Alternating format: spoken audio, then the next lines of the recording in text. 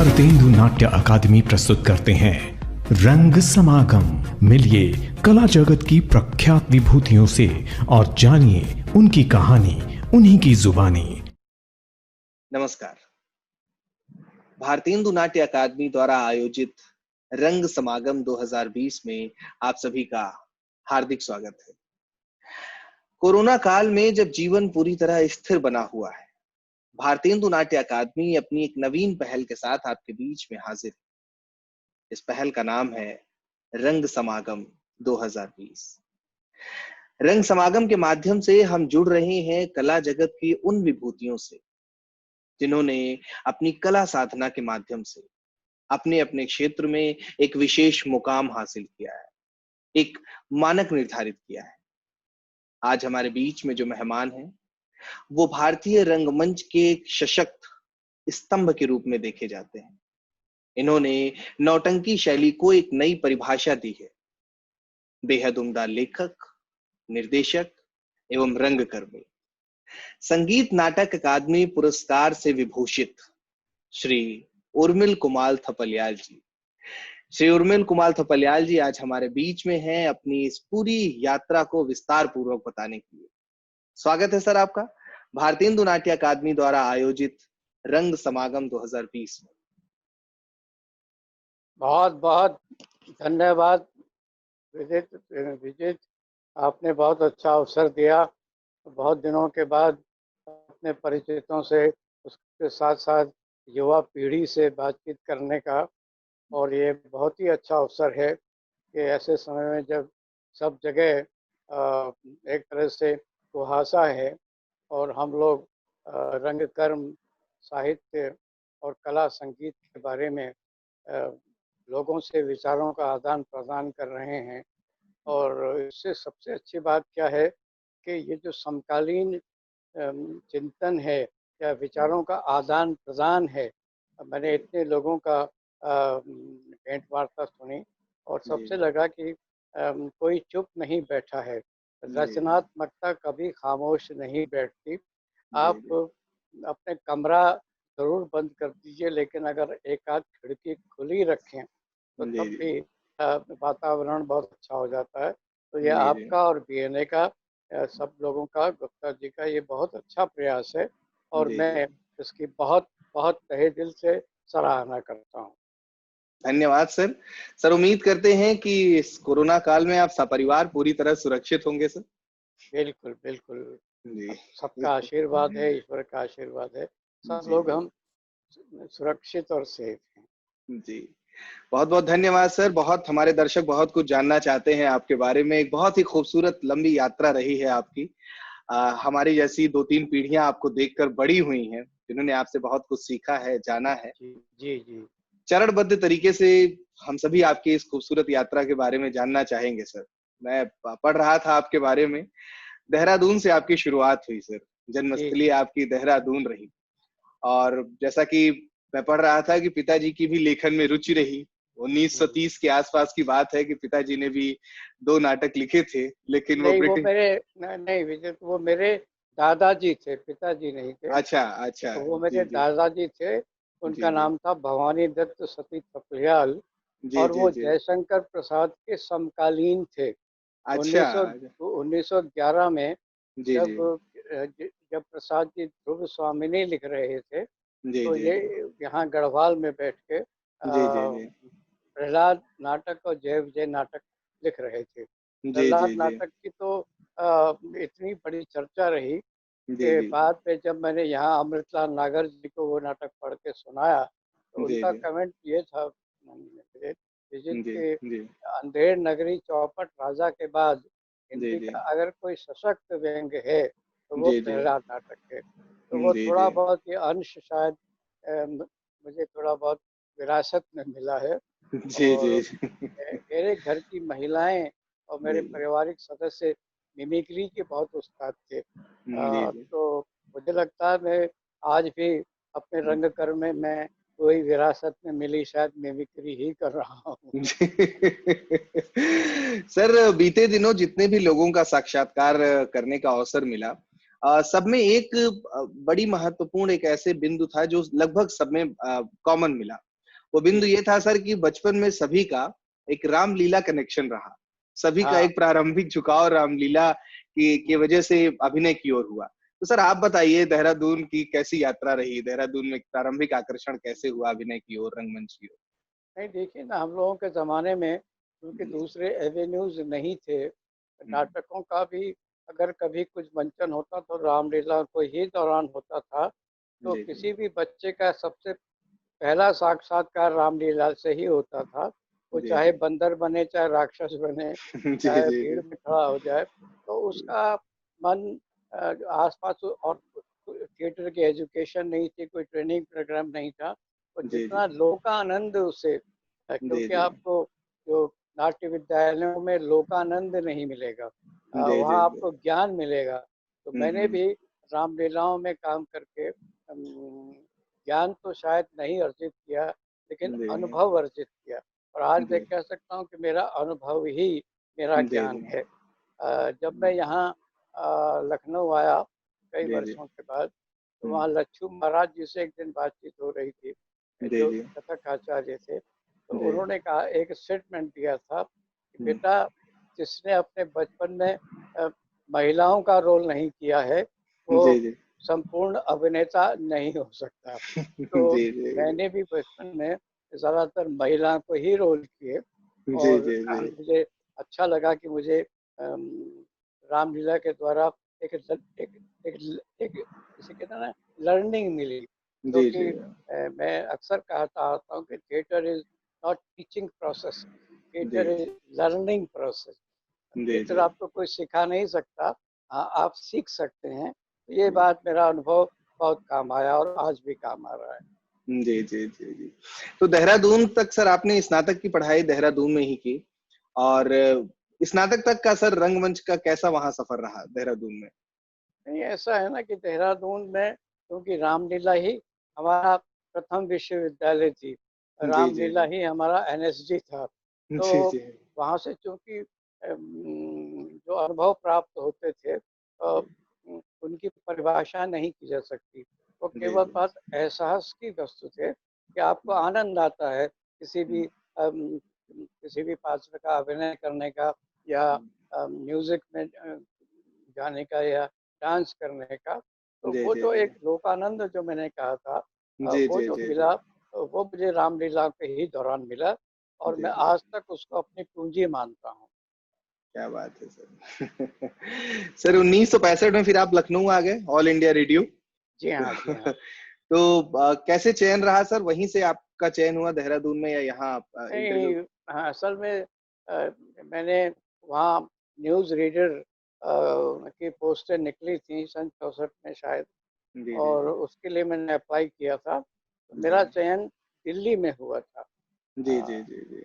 हुँ, वहाँ 1 आध महीना दिल्ली रहने के बाद फिर हुँ। हमसे कहा गया कि भई, रीजनल स्टेशंस में भी न्यूज़ रीडर्स की माँग है, आप जी, कहाँ जी। जाना चाहेंगे? तो हुँ, हुँ। ज़ाहिर है कि तब उत्तराखंड, देहरादून उत्तराखंड नहीं था, तो जी, जी, लखनऊ जी। से थोड़ी बहुत जानकारी थी, तो मैंने कहा, नहीं साहब, मैं लखनऊ जाना चाहूँगा। तो जी, इस जी, तरह जी। फिर मैंने 14 फरवरी 65 को जी, जी, जी। आकाशवाणी ज्वाइन किया और जी, ये जी। बहुत बड़ा अनुभव रहा, क्योंकि हुँ, उस समय आकाशवाणी ही था हुँ। जिसमें सांस्कृतिक संगम, म्यूजिक जी, हो, जी। कला हो, साहित्य हो, सारे हुँ। बड़े बड़े आदमी तब, क्योंकि दूरदर्शन तो आया नहीं था। जी, जी, जी, जी। बड़ा सौभाग्य मिला कि आकाशवाणी में सांस्कृतिक जगत के बहुत बड़े बड़े लोगों से हुँ।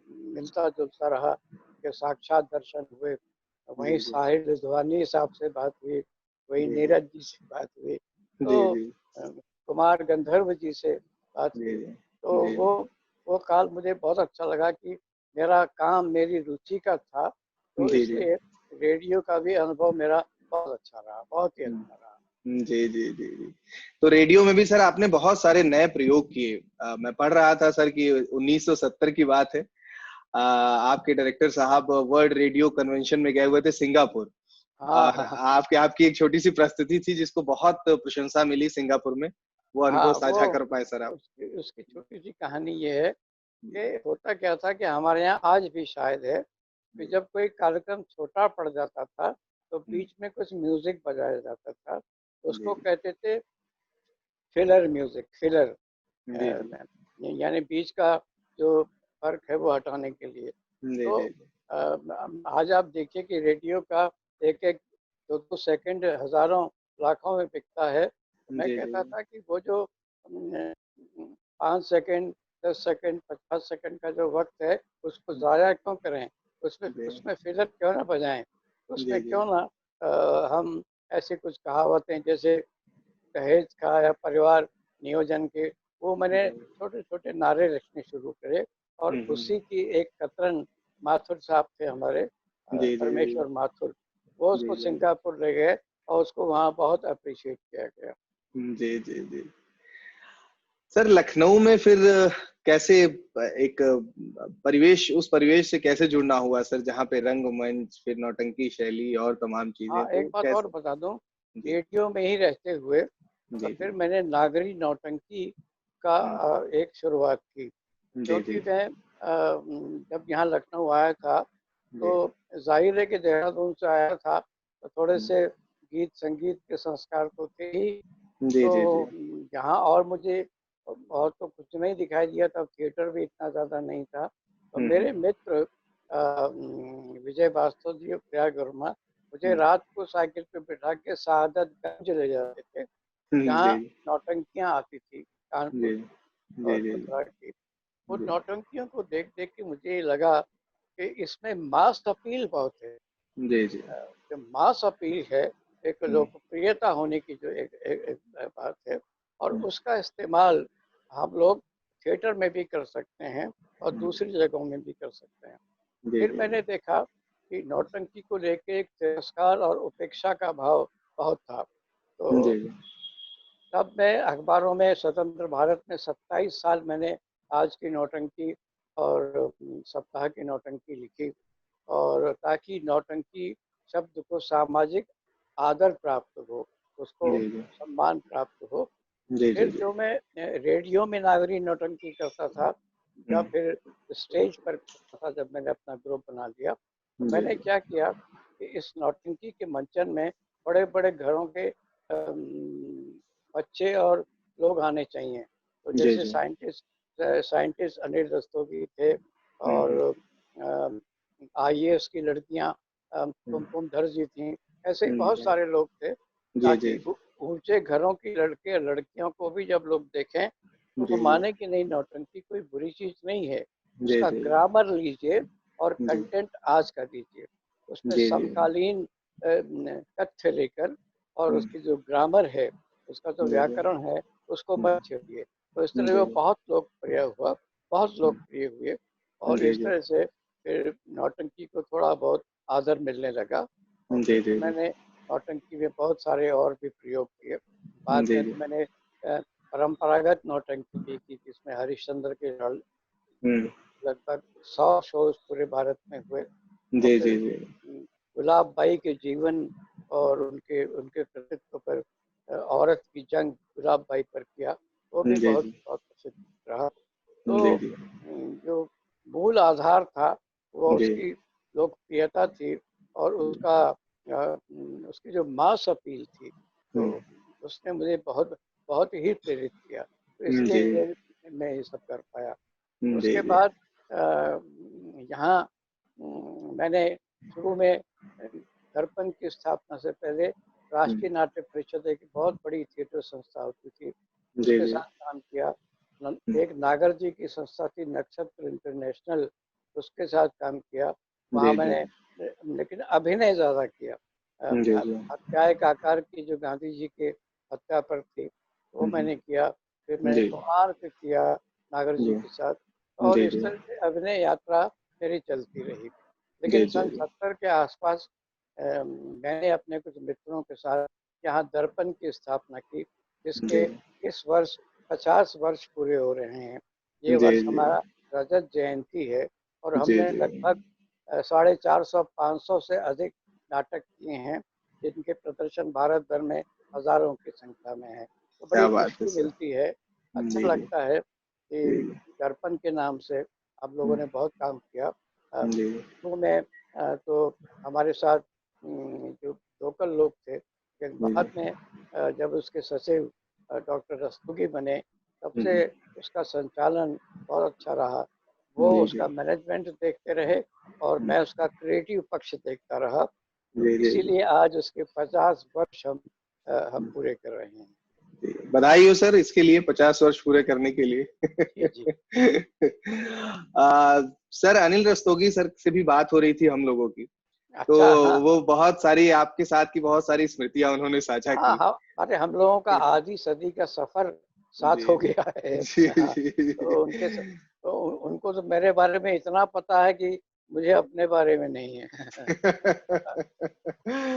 सर वो एक छोटा सा किस्सा बता रहे थे, यहूदी की लड़की, जिसमें अनुपम खेर साहब पहले एक्ट कर रहे थे, डायरेक्ट आप हाँ कर हाँ रहे थे। हाँ हाँ हाँ वो हाँ। किस्सा बताइए ना सर, वो कैसे उस नाटक ने उनकी जिंदगी अरे पलटी, वो नहीं दूरदर्शन में नहीं, उनको पहला ब्रेक ये मिला।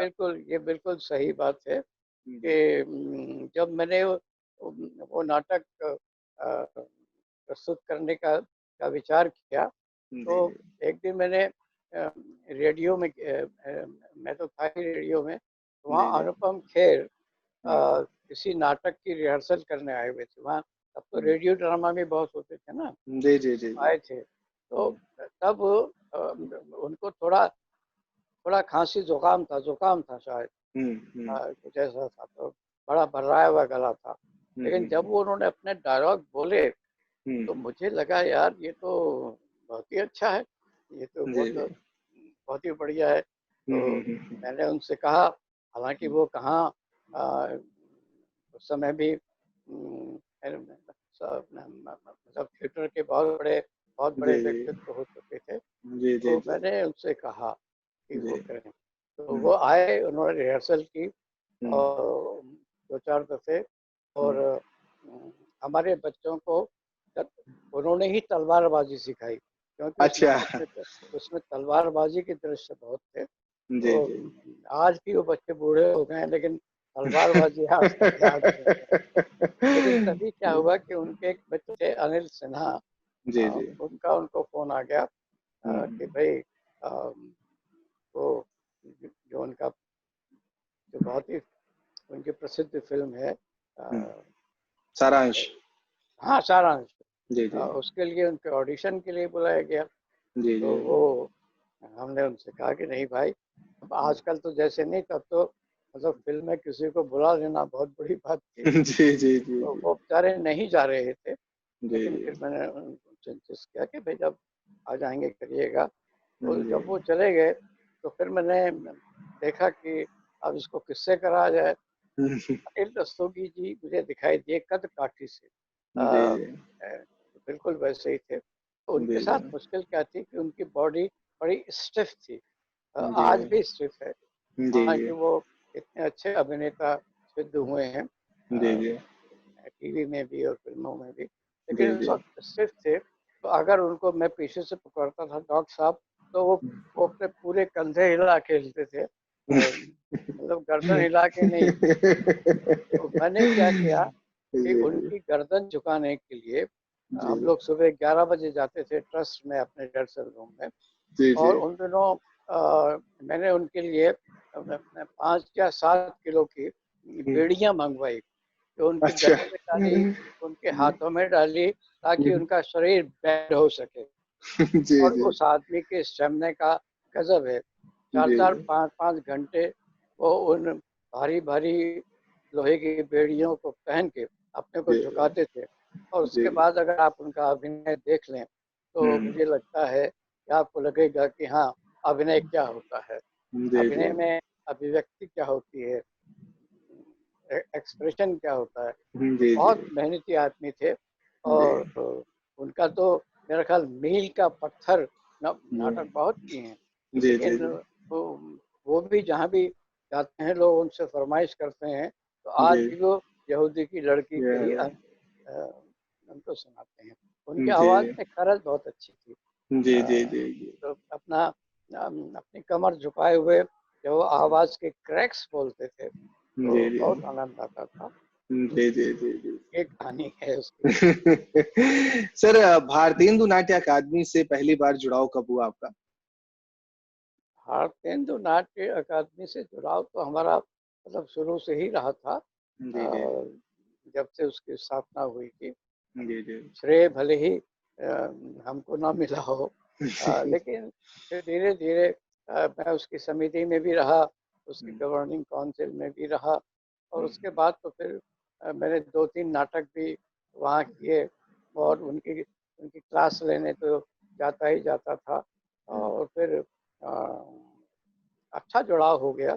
और जी जी अभी तो मैंने उन्हीं के का नाटक किया है, मारे गए गुलफाम, जी जो जी मेरा जी लेटेस्ट नाटक था। तो जी बाकी जी तो नाटक आदमी ने तो अवसर भी मुझे बहुत दिए, और जी अ, मेरा स्तर भी बढ़ाया भाई उनका, तो मैं सबको, गुप्ता जी को लेके सबका हार्दिक आभार व्यक्त करता हूँ। जी जी जी। सर, पिछले 40 वर्षों से लगातार विभिन्न अखबारों में आपके आर्टिकल्स आते हैं नौटंकी शैली के बारे जी में। जी बीते दिनों तो हिंदुस्तान अखबार में मैं लगातार, मैं मतलब भारत के किसी भी कोने में उसको पढ़ा जा सकता है। अच्छी बात यह है कि किसी संस्करण विशेष तक नहीं होता है। ना ना, बीते वो दिनों जहाँ जहाँ ये हिंदुस्तान के संस्करण छपते हैं, जी वहाँ जी सब जी जाता है, और उसको लिखते हुए 17 साल हो गए हैं मेरे को। जी जी जी हालांकि और पत्रिकाओं के लिए भी मैं बहुत लिखता हूँ, जागरण के, अमर उजाला के लिए, जी जी लेकिन रंग और व्यंग ये दोनों जी क्षेत्र रहे मेरे। जी जी और जी इसमें मैं क्या कर पाया ये तो नहीं, जी लेकिन जी हाँ, ये मुझे अच्छा लगता है कि जी रंग और व्यंग पर दोनों में कुछ न कुछ कंट्रीब्यूट करते रहना। जी। तो पिछले 40 वर्षों की सर ये जो यात्रा रही है लेखन की, वो आप सभी लोग उसको पढ़ते आ रहे हैं। सर, जो नए अभी एस्पायरिंग राइटर्स हैं, जो बहुत अच्छी कोशिश कर रहे हैं लिखने की, नौटंकी शैली पे कुछ काम करना चाह रहे हैं, वो निश्चित तौर पे सर आपको एक मानक के तौर पे देखते हैं। सर, उनके लिए कुछ सुझाव? देखिए, ऐसा है कि नौटंकी अपने आप में कंटेंट नहीं है, जी, जी। नौटंकी अपने आप में फॉर्म है, जी, जी। और नौटंकी को जबरदस्ती समकालीन नहीं बनाना चाहिए। जी, जी। उसको साया प्रयत्न, उसको कंटेम्प्रेरी स्वरूप देने के लिए नहीं बनाना चाहिए। जी, अगर जी। उसमें आशा होगी, जिजीविषा होगी, तो हुँ। वो अपने आप जिएगी, जी, जी। और नहीं होगी तो उसको मर जाने दीजिए। जी, जी। भाई भाई, न जाने कितने हमारे संस्कार हैं जो अब नहीं रहे, वो हुँ, अपनी हुँ। मौत मर गए। अब हुँ, हुँ। एक ज़माने में अखबार में या पुस्तक में अगर पाँव लग जाता था तो हम जय विद्या माता की बोलते थे। जी, आज जी, तो जी। नहीं बोलते, जी, कंप्यूटर जी। में पाँव लग जाए तो हम नहीं बोलते। तो ये जी। जो चीज़ें नहीं रहनी हैं, अगर हुँ, उनके हुँ। अंदर जिज्ञासा नहीं है। हुँ। हाँ, नौटंकी को करने से पहले नौटंकी का, क्योंकि नौटंकी फॉर्म है मैंने बताया, जी, तो जी। उसका संगीत जो है, अगर आप उसका संगीत नहीं समझते, अगर जी। आप उसका संगीत नहीं गा सकते, तो हुँ। उसके संगीत को डाइल्यूट करके नौटंकी को आगे बढ़ाने का पराक्रम नहीं करना चाहिए। जी, जी, जी। उसका पहले प्रशिक्षण अवश्य लिया जाना चाहिए। जी, जी। सर, लखनऊ आने के बाद उर्दू को लेकर के भी आपने एक विशेष कई लोगों से मिल कर के प्रशिक्षण प्राप्त किया उर्दू के हाँ, बारे में, उर्दू मैं भाषा। उर्दू आज भी जानता नहीं हूँ। जी, जी। मैं ना लिख सकता हूँ, ना पढ़ सकता हूँ, जी, लेकिन जी, जी। पता नहीं क्यों शुरू से जाहिर था कि जब हम लड़कपन में थे तो जो प्रोग्रेसिव राइटर्स होते थे उनके प्रति बहुत ही लगाव लड़कपन में। शाहिर साहब हुए, कैफी साहब हुए, किस्मत चगताई हुए, जी, जी। मंटो हुए, तो जी, जी, उर्दू जी। के, क्योंकि उर्दू में मुझे जो ताजगी, जो बारीकी उर्दू में दिखाई दी, वो हुँ। मुझे अन्य भाषाओं में नहीं है। तो जी, जी। मैंने उर्दू के भी नाटक किए। हुँ, एक नाटक था, याद नहीं आ रहा, हुँ, वो था नसीरुद्दीन हैदर पर, लखनऊ हुँ। के। जी, और यहूदी में तो मैंने किया ही था, जी, यहूदी जी। की लड़की में। तो जी। इस तरह से उर्दू की बोलचाल की भाषा में, और हुँ, उसकी जो बारीकी है, उसके अंदर एक जो बहुत ही कोमलता है और एक मुलायमियत है, उसने मुझे हमेशा आकर्षित किया, और हुँ, मैंने उर्दू में भी काफ़ी काम जी, करना शुरू किया। जी। सर, जब भी आपका नाम आता है तो आपका एक प्रोडक्शन हरीशचंद्र की लड़ाई, भारत के जी जी किसी भी कोने में चले जाइए तो आपके नाम के साथ वो जुड़ा हुआ है। हाँ। उसके बारे में सर बताइए, उसने आकार कैसे लिया और कैसी यात्रा रही अ, हरिश्चंद्र की लड़ाई की? असल में क्या हुआ जी। कि सन 84 या 83 में जी। केंद्रीय संगीत नाटक अकादमी ने यंग डायरेक्टर्स प्रमोशन स्कीम में देश के 8 युवा निर्देशक चुने जी। जी। और उनको अच्छी खासी रकम दे के हम्म। अनुरोध किया कि हम्म। आप अपने क्षेत्र के किसी भी लोकनाट्य को लेकर हम्म। एक नई प्रस्तुति करें। जी। जी। तो वो मुझे बहुत आकर्षित किया, जी। जी। क्योंकि उसमें मैं था, बंसी कौल थे, भानु भारती थे, रतन थियम थे, तो ये मतलब मेरे अलावा सभी राष्ट्रीय नाट्य विद्यालय के छात्र थे। जी। जी। तो उनके साथ सर इसमें वहाँ सतीश सतीश आनंद जी भी थे क्या इसमें? सतीश आनंद उसके दूसरे साल आए थे। अच्छा, हाँ, चूंकि वो भी इस बात की जिक्र कर रहे थे सर। हाँ हाँ, वो जी। जी। उसके सेकंड ईयर में आए थे जी। जी। और जी। वो भी बहुत अच्छा काम किया है उन्होंने। जी। और जी। मेरे बहुत अच्छे मित्रों में से हैं। जी। जी। तो फिर मैंने कहा क्या किया जाए, तो वहाँ मेरे एक मित्र हैं शाखा बंदोपाध्याय, जहाँ जी। एक एक कला पत्रिका निकालते हैं। जी। वो भागे भागे गए और हम्म। श्री राम सेंटर से सर्वेश्वर दयाल सक्सेना की का नाटक लड़ाई मेरे लिए ले आए। जी। तो मैंने सोचा यार अब इसको क्या करें, वो मैंने पढ़ा। जी। तो मैंने देखा कि यार वो जो सर्वेश्वर दयाल सक्सेना की लड़ाई है वो तो हम्म। आज की लड़ाई है। हम्म। और वो जो हरिश्चंद्र था हम्म। उसने तो तब की सच की लड़ाई लड़ी थी। जी। तो जी। क्या सच की लड़ाई लड़ी जा सकती है, जी। और क्या वाकई सच कहीं एग्जिस्ट करता है? जी। जी। अगर आपको ऑफिस में छुट्टी लेनी हो तो ये बॉस भी जानता है और कर्मचारी भी पूछने के साथ, मेरी माँ की तबीयत खराब है, मैं 2 दिन की कैजुअल लीव लेना चाहता हूँ। तो जी। जाहिर है कि अगर वो सच बोलता कि मुझे पिक्चर देखने जाना है, जी। जी। तो मैंने फिर देखा कि सच के आगे झूठ कितना है। जी। तो जी। मैंने फिर हरिश्चंद्र के जमाने का सच आज कितना एग्जिस्ट कर सकता है, इस द्वंद्व को लेके जी। जी। उसकी रचना की। और उसके लगभग भारत भर में 100 शोज तो खैर मतलब हुए। और जी। वो टीवी पर भी हुआ, हम वो जो नेशनल टीवी है उस पर भी हुआ। जी। और अभी भी मांग आती रहती है कि जी। उसके जी। उसका लास्ट शो हमने 2 फरवरी को किया था पिछले साल। जी। जी। तो इस तरह वो यात्रा चलती रही। उसके जी। बाद मैंने एक एक और किया जो ये अम, कानपुर की गुलाबबाई जी के जीवन को लेकर, उसका नाम था औरत की जंग गुलाबबाई। उसके भी जी। कई शोज हुए। जी। और जी। वो वो चूंकि उनके जीवन और कृतित्व पर आधारित था, तो जी। जी। गुलाबबाई जी का जो बहुत बड़ा योगदान है नौटंकी को, उनकी ठुमरी दादरे, उनका बहुत मैंने यूज़ किया ताकि जी। लोगों जी। को समझ सके कि कानपुर की नौटंकी समृद्ध ही इसलिए हुई कि जी। उसमें उनके ठुमरी और दादरों का इस्तेमाल बहुत किया था। तो ये जी। दोनों नाटक मेरे काफ़ी सराहे गए और जी। अच्छा लगा कि चलो मेरे हाथ से कुछ ठीक ठाक हो गया। जी। जी। जी। सर एक वर्तमान में जो एक बड़ी समस्या आ रही है सर, चूंकि आपके दौर में एक बड़ी अच्छी बात ये रही सर कि आप ऑल इंडिया रेडियो से आप जुड़े रहे। श्री अनिल रस्तोगी सर का मैं इंटरव्यू ले रहा था तो वो भी CDRI से जुड़े हाँ रहे और हाँ उसके हाँ साथ ही रंगमंच भी चलता रहा, तो एक जीविका संबंधी कोई ऐसी समस्या नहीं थी। वर्तमान में सर जो अभी के रंगकर्मी हैं जो सिर्फ और सिर्फ रंगकर्म करना चाह रहे हैं, अपने अपने छोटे छोटे शहरों में उसको जीवित रखना चाह रहे हैं, नियमित उस पे प्रैक्टिस कर रहे हैं उसको, सर उनके साथ एक बड़ी समस्या आ रही है कि रंगमंच में स्पॉन्सरशिप बहुत ज्यादा नहीं मिलती है या फंडिंग ज्यादा नहीं है। हाँ। सर उनके लिए सर क्या सुझाव होगा आपका कि ऐसी स्थिति में वो कैसे प्रैक्टिस करें इस आर्ट को? देखिए वो अ, अच्छा रंगमंच कभी पैसे से तो हो ही नहीं सकता। जी। और हिंदी में तो ये परंपरा ही नहीं है, क्योंकि हिंदी में रंगमंच को, नाटक को आज तक सामाजिक आदर आज भी नहीं मिल रहा है। वो जी हिंदी जी के लिए तो नाटक है ही नहीं, रंगमंच है ही नहीं।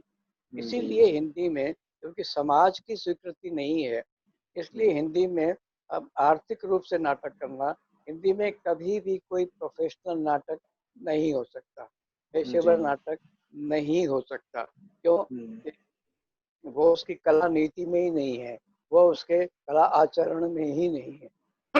इतना जी जरूर है कि आप एमेचर, जो गैर पेशेवर नाटक है, आप जी उसको अगर जिंदा रखें, अगर सुविधाओं के जिंदा रखें, तो वो एक शुद्ध रंगमंच जिंदा रहेगा। नहीं, अगर आप पैसे के लिए या पैसे के खातिर उसको करेंगे, तो वो एक बैसाखियों पर चलने वाला रंगमंच होगा।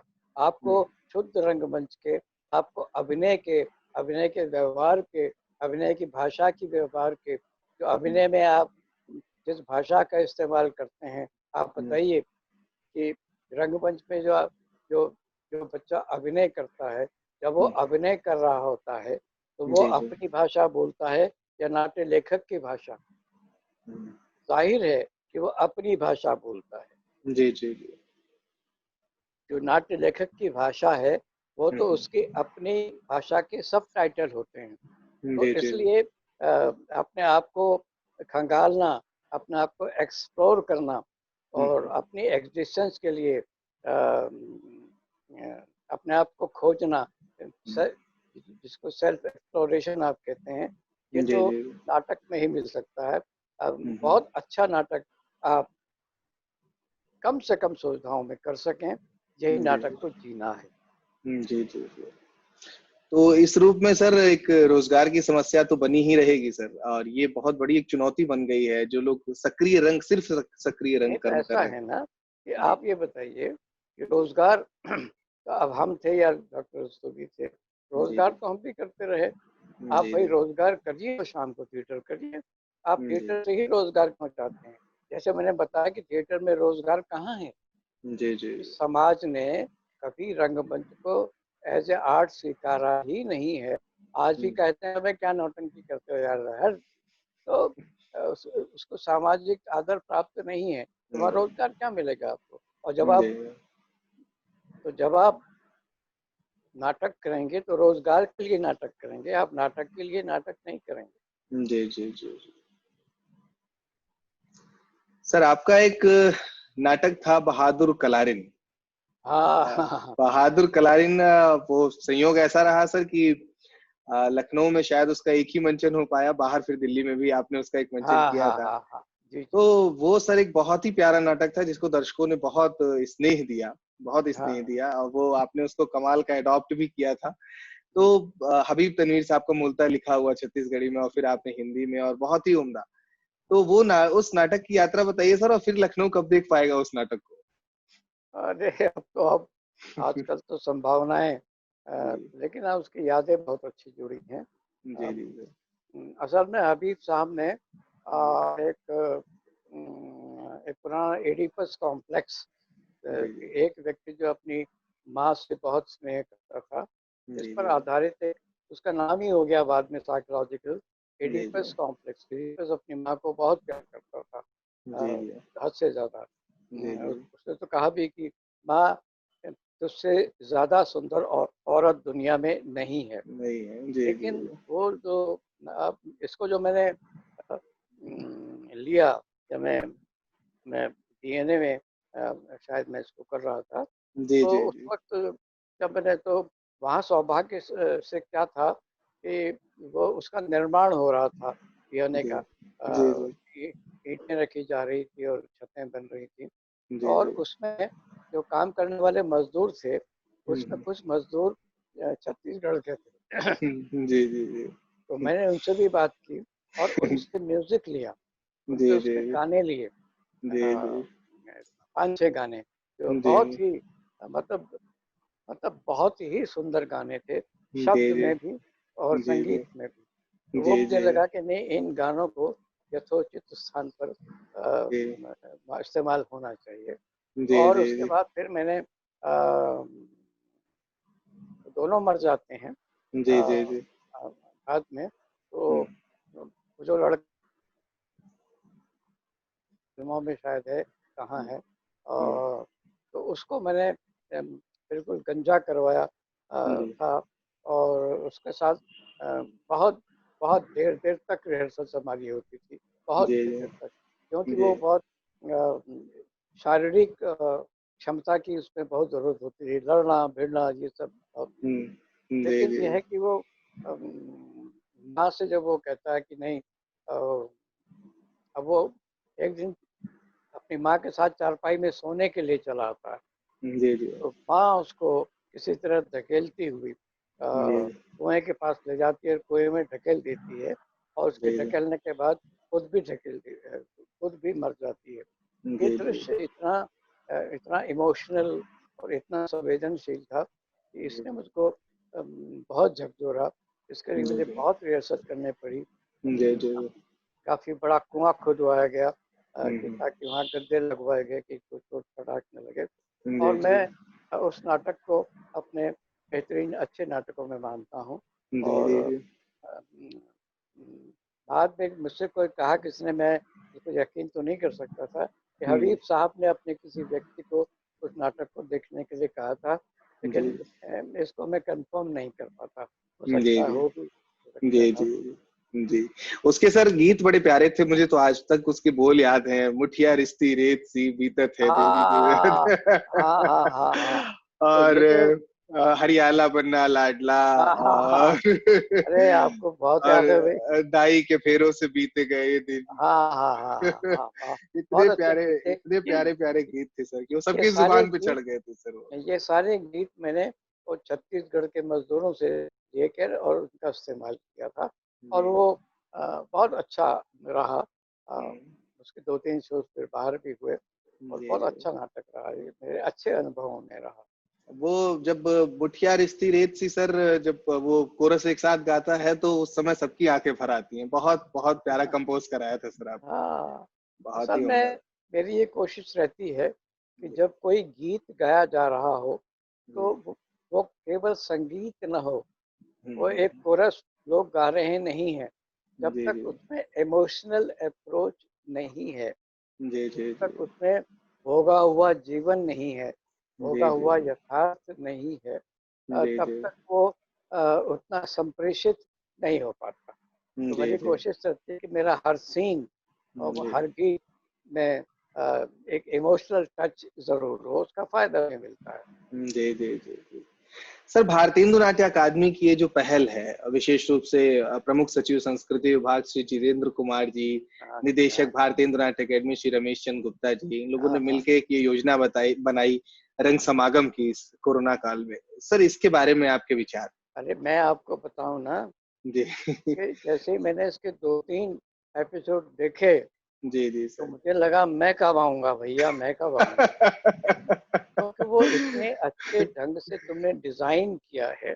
जी ये जी सर आइडिया तो खैर जितेंद्र सिंह का और गुप्ता रमेश जी का ही रमेश है, गुप्ता जी और का जी गुप्ता जी का तो मतलब श्रेय जाता ही रहता है कि जी जी उनके रूप में ना हमको एक अच्छा एडमिनिस्ट्रेटर मिला है, जी जी बल्कि उनके रूप में एक अच्छा आइडिया देने वाला भी मिला है। जी और जी अभी सर तो उनसे मेरी बात हो रही है, एक बहुत अच्छा काम हुई, तो शायद ये कर रहे हैं कि वो हम्म, भारतेंदु की एक पूरी मूर्ति लगवा रहे हैं वहाँ। अरे तो वाह जी जी अपने भवन में, वहाँ जी जी भारतेंदु की मूर्ति तो है पर छोटी सी है, जी तो जी ऐसा नहीं है। उनका उनका ये आयोजन जी जी बहुत ही कल्पनाशील है। इतने जी लोग आपस में मिल रहे हैं, अपने जी अपने अनुभव बांट रहे हैं, तो ये जी एक बहुत अच्छा आइडिया है, और इसको जारी रखना चाहिए, चाहे हमको जी आप दोबारा बुला लीजिए। जी आपसे तो सर इतनी सारी बातें करने को है कि वो तो समय अवधि में तो उसको समेट पाना बड़ा मुश्किल ही रहता है। अब वो तो आप जाने। जी जी सर। तो बाकी सर, जो हमारे भारतेंदु नाट्य अकेडमी के छात्र छात्राएं हैं, हम सभी अतिथियों से, हमारे जो भी यहाँ पे हाँ मेहमान आ रहे हैं इस रंग समागम में, उनके लिए निश्चित तौर पे हम एक संदेश चाहेंगे सर, चूंकि जो फर्स्ट ईयर सेकेंड ईयर के बच्चे हैं, यहाँ से निकल के उन्हें एक दूसरी दुनिया में जाना है, जब उन्हें जो सीखा है उसको प्रैक्टिस करना है, तो उनके लिए सर आपका क्या संदेश होगा सर? देखिए ऐसा है, ये सब बहुत लकी बच्चे हैं, जी जो भारतीय नाट्य अकादमी के छात्र हैं। जी मेरा ख्याल है और राज्यों में भी नाट्य विद्यालय हैं, लेकिन अ, राष्ट्रीय नाट्य विद्यालय के बाद अगर अखिल भारतीय रूप से किसी की ख्याति है, किसी का स्तर है, किसी को जाना माना जाता है, जो एक स्थापित है मध्य प्रदेश में, तो शायद इसके बाद हुआ। तो मुझे लगता है कि ये उनका भाग्य है कि वो जब आए, जब वो रंगमंच की ट्रेनिंग लेने के लिए उन्होंने सोचा, तो उनके पास लखनऊ में भारतीय नाट्य अकेडमी थी। इसमें बहुत अच्छे अच्छे लोग रहे, बहुत अच्छे अच्छे प्रोडक्शंस हुए और इसने अपना नाम पैदा किया। इसकी प्रस्तुति ने यही नहीं कि भारत भर के और राज्यों में भी अपने किए प्रदर्शन, और आज इसको एक बहुत ही अच्छी, सफल और स्तरीय नाट्य संस्थानों में माना जाता है। तो ये बहुत बड़ी बात है। छात्रों के बात क्या है कि छात्र यहाँ केवल अध्ययन करने न जाएं, छात्र वहाँ केवल ज्ञान सीखने न जाएं, छात्र वहाँ केवल एजुकेट न हो, वहाँ लर्न भी करें, सीखें भी। सीखना बहुत ज्यादा होता है, सिखा तो आपको कोई नहीं कर सकता। आप किताबें पढ़ लीजिए, सारी थ्योरीज पढ़ लीजिए, सोनोवेस्की की थ्योरी, ब्लैक की थ्योरी, डोस्टोवेस्की की थ्योरी, लेकिन बच्चों, जब आप किसी नाटक में काम करोगे और जैसे ही अपने पात्र की एंट्री लोगे, तो आपकी किसी की थ्योरी काम नहीं आएगी, जो आपकी थ्योरी है वही काम आएगी। तो अपनी थ्योरी बनाइए, अपने अनुभव को ज्ञान में बदलिए, ज्ञान को अनुभव में बदलना ठीक नहीं है। आप बहुत अच्छे हैं, दूसरे पढ़िए जरूर। मुझे नहीं पता कि इन छात्रों ने नाटक कितने पढ़े हैं, नाटक ही नहीं पढ़िए, नाटक के अलावा जो साहित्य है वो बहुत पढ़िए। उससे क्या होगा कि आपका विजन बढ़ेगा, आपका दृष्टिकोण बढ़ेगा और आप नाटक को और अभिनय को ज्यादा बारीकी से सीख पाएंगे। अपने आप को एक्सप्लोर करना ही नाटक है, अपने आप को खोजना ही नाटक है। और अगर आप अपने को पहले से खोज चुके हैं तो नाटक बंद कर दीजिए, कुछ नहीं जाएगा आपका। जी। सर तकरीबन 80 वर्ष की आयु हो चुकी है सर आपकी, लेकिन अभी भी सर आपको हम लोग भी देखते हैं सर, तो एक उमंग अंदर, एक अजीब सी उमंग, एक उत्साह आ जाता है सर आपको और आपके काम को देख करके, अभी भी जब आप रिहर्सल्स कराते हैं सर। एक जो पूरी की पूरी युवा पीढ़ी है सर, जो रंग कर्म को प्रैक्टिस कर रही है, आपको एक आदर्श के रूप में देख रही है, तो वो ये जानना चाहती है सर कि इतनी ऊर्जा कैसे बरकरार रखते हैं सर आप? देखिए, एक तो ऐसा तो नहीं है कि उम्र का असर नहीं होता, लेकिन इतना इतना इतना इतना जरूर है कि अगर आप निरंतर रचनात्मक रहें, अगर आप निरंतर अपनी क्रिएटिविटी को बचाए रखने में काम करें, सोचें, चिंतन करें, तो उससे क्या होता है कि वो एहसास नहीं होता। बाकी बुढ़ापे में रोग शोक ये तो सब मतलब लगे ही रहते हैं, लेकिन अगर आप मेंटली अपने आप को सक्रिय रखते हैं, अब जैसे मैं इतने अखबारों में मैं लिखता हूँ और आज भी लगातार थिएटर कर रहा हूँ, तो उससे क्या है कि मैं सक्रिय रहता हूँ, मैं कहीं ना कहीं बिजी रहता हूँ। हो सकता है उसके कारण हो, लेकिन ऐसा तो नहीं है भैया कि उम्र का असर नहीं होता। अब जैसे आँखों की परेशानी होती है, कानों की परेशानी होती है, लेकिन अब ये जीवन है, जीवन तो जीना ही है, इतना रचनात्मक क्रिएटिव हो के जिया जाए। जी सर। सर हम सभी की ढेर सारी शुभकामनाएं हैं कि आप यूं ही पूरी ऊर्जा के साथ सर हम लोगों को अपना आशीर्वाद देते रहें, और एक जो इतनी उम्दा परंपरा की शुरुआत आपने की है, ये आगे आगामी कई दशकों तक हम लोग आपके मार्गदर्शन में सीखते रहें। बहुत बहुत धन्यवाद आपको भी, गुप्ता जी को भी, सब लोगों को। और इसको हमेशा, मुझे तो बहुत अच्छा लगा कि आखिर आपने मुझे भी इसमें शामिल कर ही लिया। आपको बहुत बहुत धन्यवाद, और इसकी इसकी इसकी निरंतरता बनाए रखिए, ये बहुत अच्छा है और बहुत ऊर्जा देता है, बहुत उत्साह देता है। Thank you very much.